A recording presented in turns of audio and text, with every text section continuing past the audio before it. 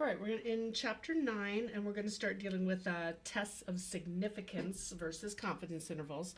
This is a kind of a long lesson, so I'll probably split this one into two videos. I'll work with the p-value, and then I'll talk about the errors and power in a second part 2 video. Okay, so just starting off,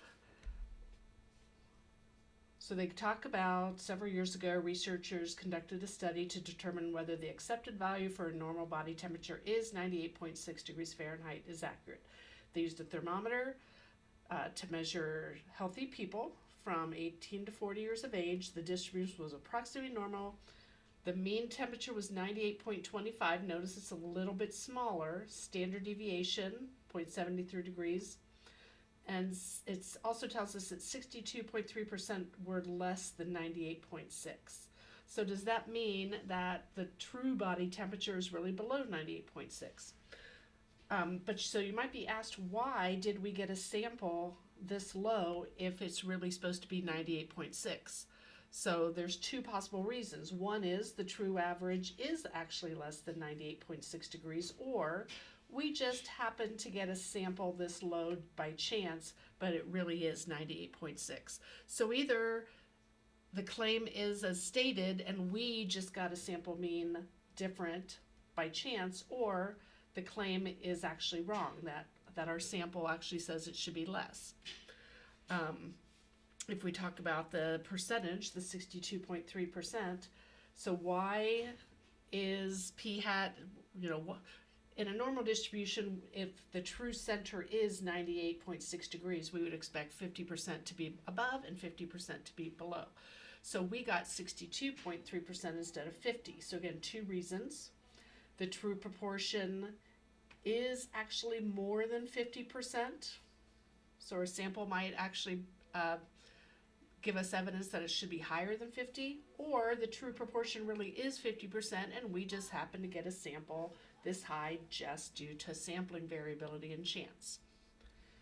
Okay, so how would we answer this one? So a recent study, the relative age effect and career success. So evidence from corporate CEOs suggests that people born in June and July are underrepresented in the population of corporate CEOs. This is consistent with the relative age effect due to school admissions grouping together children with age differences up to a year, with children born in June and July disadvantaged through life by being the younger than their classmates born in other months. Don't know why they don't include August here, because I was the youngest in my class being born in August. In their sample of 375 corporate CEOs, only 45 or 12%, so 45 out of 375 is 12%, were born in June and July. Is this convincing evidence that the true proportion P of all corporate CEOs born in June or July is smaller than 2 out of 12? Where'd this 2 out of 12 come from? June and July are 2 out of the 12 months, right? So that's where they got the 2 out of 12, that June and July are 2 out of 12 months. So why did we get, so 2 out of 12, if we look at that on the calculator, so 2 divided by 12 is actually about 17%, or 16.7% if we want to be a little more precise. So we got only 12%, versus if everybody had an equally likely chance, then every 2 months there'd be 16.7% of the CEOs born in June and July. We only got 12%. So again, why? So the true proportion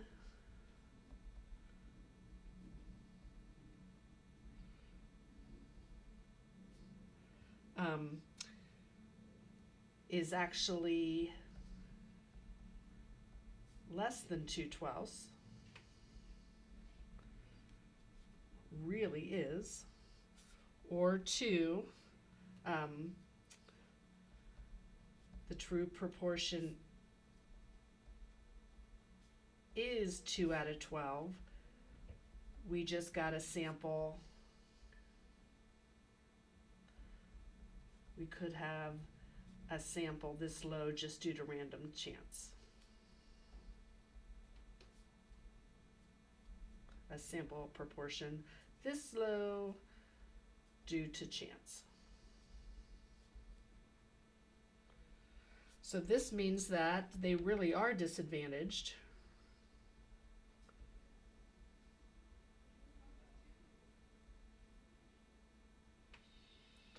or there is no disadvantage.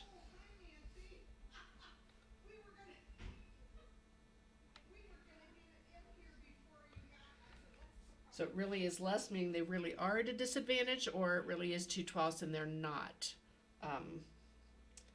There is no disadvantage. So determine how likely it is to get a proportion this high by chance alone, assuming CEOs didn't depend on birth month. So we could do a simulation. We could do a die rolls where we just add up the sum on the. So we could do die rolls because that has 12.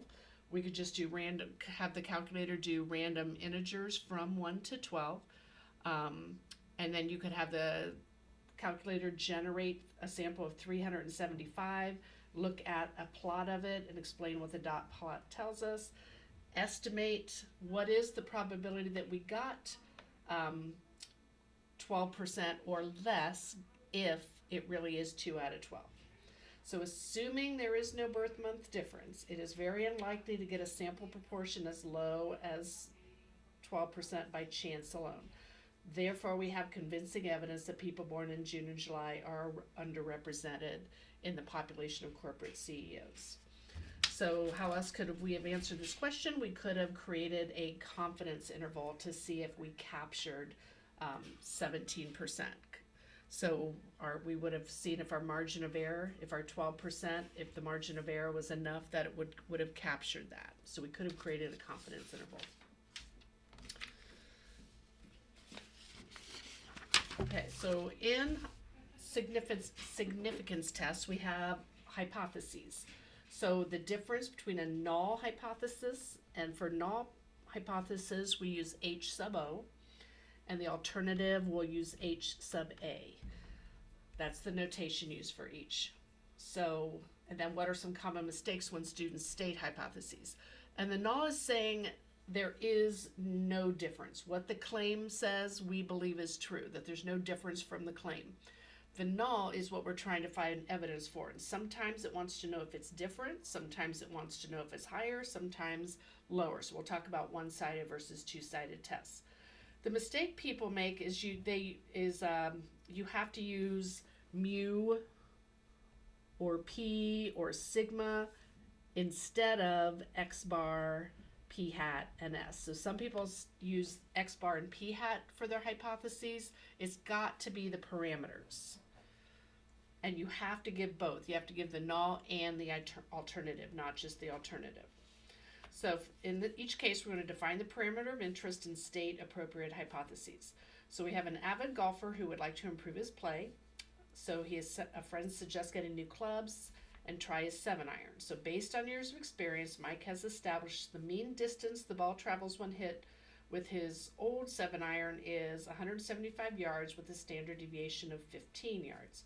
He's hoping that the new club will make his shots more consistent, less variable, which has to do with the standard deviation. So he goes and hits 50 new shots with the new iron. So the parameter of interest is sigma is the true standard deviation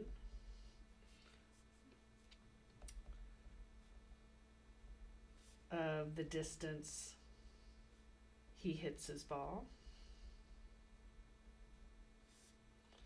So more consistency means less variability, which means a smaller standard deviation when he hits his ball with new 7-iron. So our null hypothesis is that there is no change. The null hypothesis is that it really is 15 yards. Now another mistake people make is they'll just say the null is 15 yards. They forget about what parameter it's measuring. So it's not so this is a mistake. The null equals 15 yards. That doesn't define the parameter. It's got to be mu or sigma or p hat or p. is 15 yards. The alternative, we want to be less variable, so that is a one-sided. We want the standard deviation to be less than 15 yards. Those would be the appropriate. If we go back to the CEO study from the previous page, we would be looking for P, the true proportion of CEOs born in those 2 months.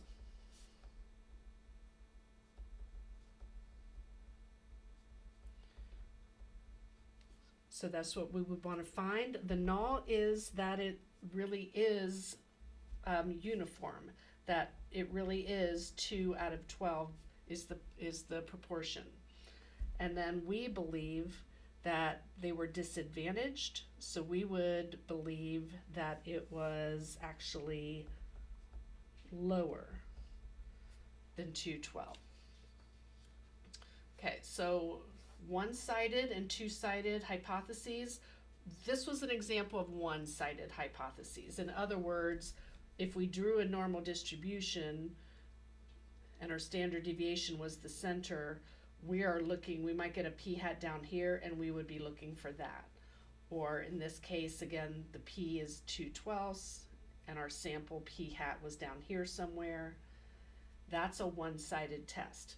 A two-sided test is just changed, different, indicates a two-sided test. And that's when whatever the mean or the center is, I would be finding this area.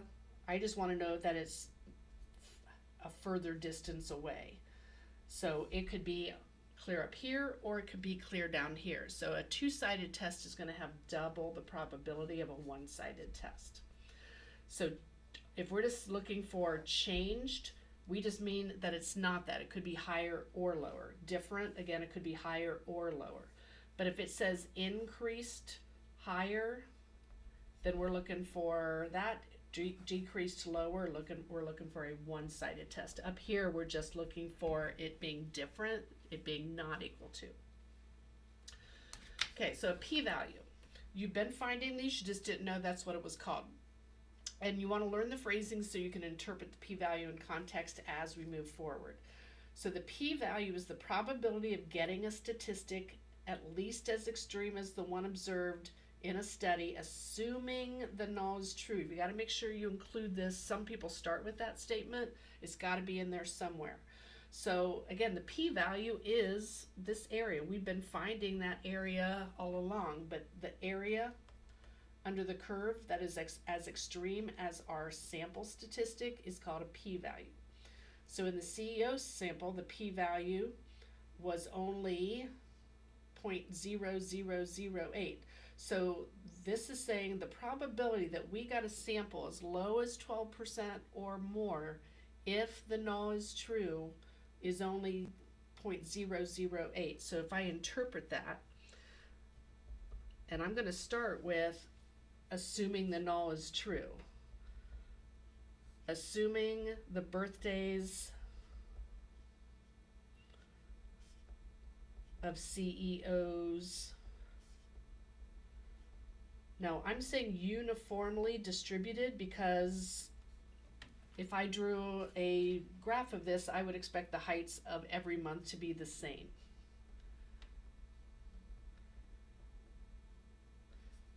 So this statement right here is basically saying the null is true, assuming the birthdays of CEOs are uniformly distributed. In other words, the null is true. There is only a 0.8, and I can leave it as the proportion or I can change it to a percent. There's only an 8.8% chance of getting a sample proportion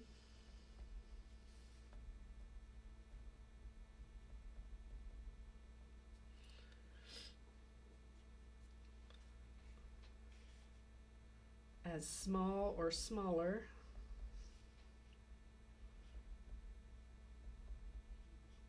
than the 0.12 by chance alone. So assuming the birthdays are uniformly distributed, that's saying assuming the null is true, there's only a 0.8% chance of getting a sample proportion as small or smaller than 12% by chance alone.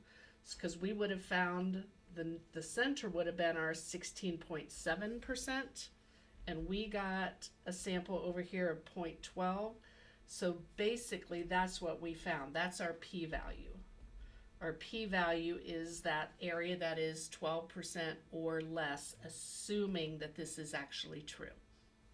Okay, so this should be on the next page, but a better golf club. I think on yours it's in the right place, on mine it's not.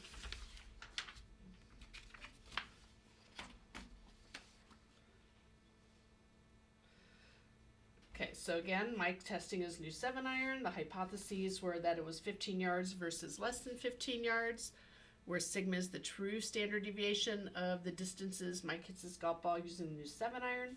Based on his sample shots, the standard deviation was 13.9 yards. So again, why was our sample 13.9 if the claim is 15? First of all, the true standard deviation is actually less than 15.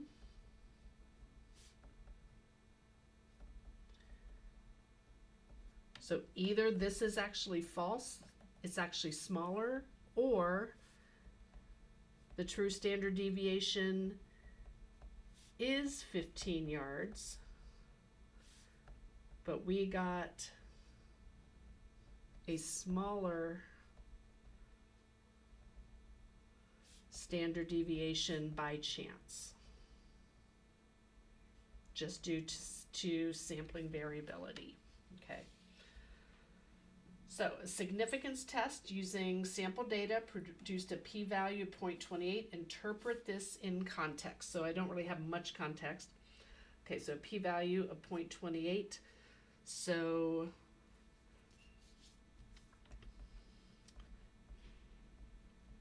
again, a p-value is the probability of getting a standard deviation as extreme or more extreme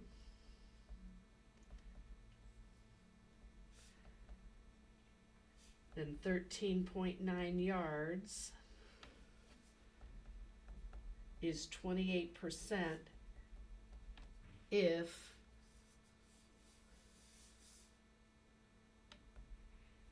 the true standard deviation really is 15 yards. So again, the probability of getting a statistic as extreme as the one we got if the null is true. So in context. Again, this is not uncommon. So if they ask for evidence, so we really don't have evidence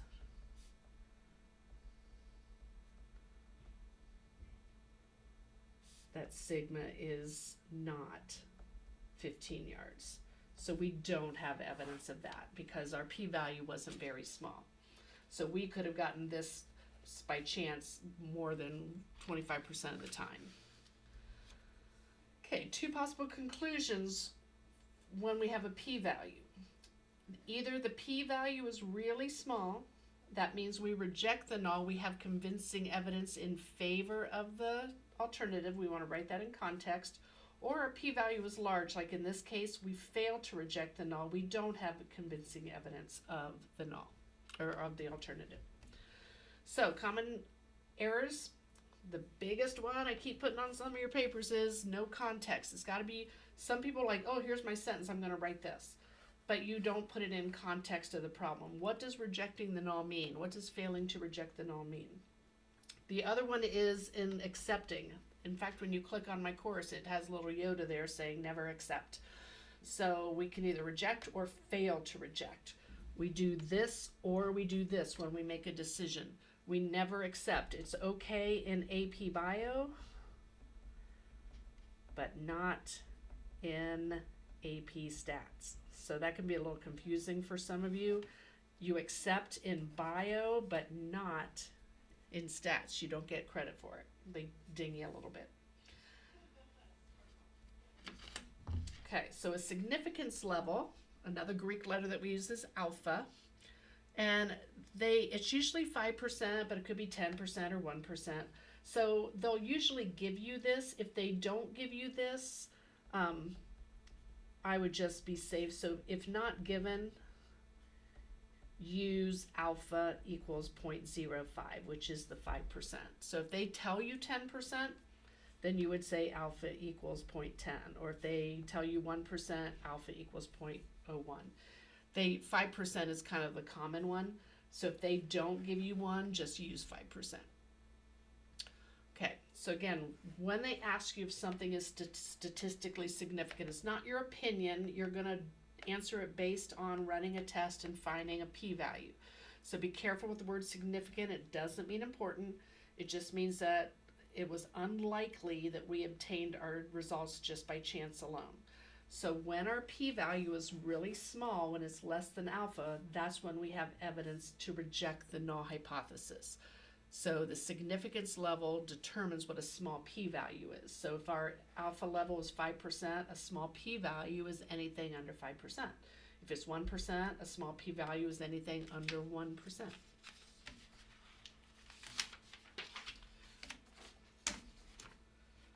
Okay, so this will be the last one of this before I stop and do a part 2. Okay, for his second semester project in stats, Zenon decided to investigate whether students at his school prefer brand name potato chips to generic. After collecting the data, Zenon performed a significance test using the hypothesis that p equals 0.5. So again, what does this mean? It means that there is no preference. That's what the null should say. There's no preference. 50% like the brand name, 50% like the generic. But he says whether they prefer name brand. That's why this is a one-sided test. The proportion being greater than 50% means that more prefer name brand.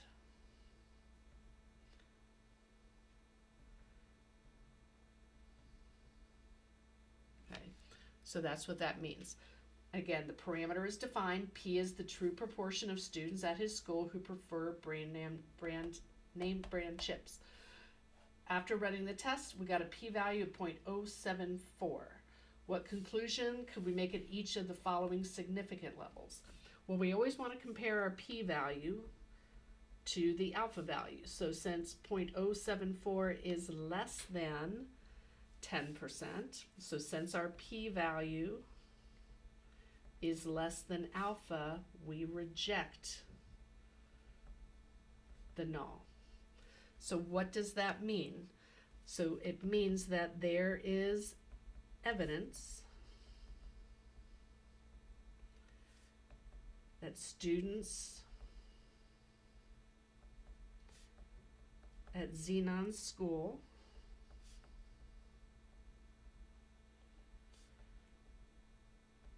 prefer the name brand chips.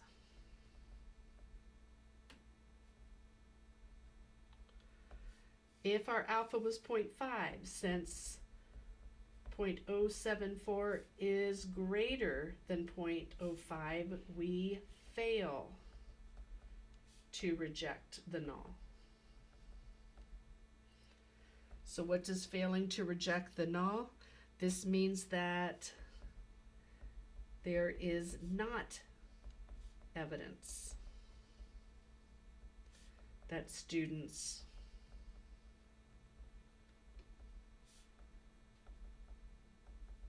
at this school